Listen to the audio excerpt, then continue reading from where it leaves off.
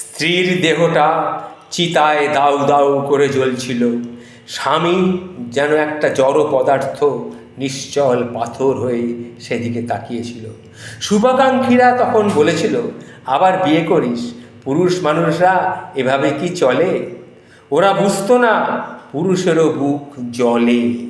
ওরা বুঝতো না পুরুষেরও বুক জ্বলে।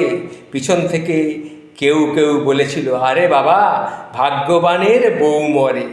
ওরা বুঝতো না সব পুরুষ কামান্ধ নয়, সব পুরুষের তকমা ধর্ষক হতে পারে না।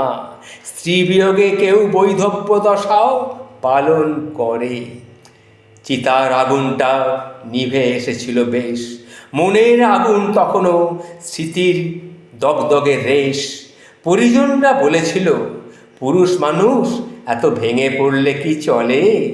এটাই নিয়ম হয়তো, পুরুষের ভাঙা মানায় না, হাহাকার করা মানায় না, কিন্তু পুরুষের ভাঙায় মানা, হৃদয়ে ভেঙে পড়া মানা, চিবুকে এক চিলতে অশ্রু আসাতেও মানা।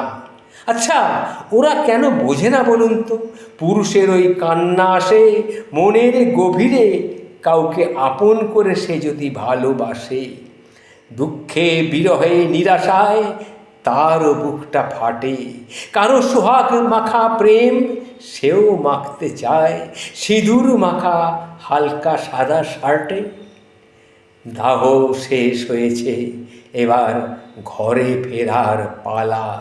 নতুন করে পুরুষ তুমি, আবার হবে তুমি একেলা। নমস্কার, ভালো থাকবে।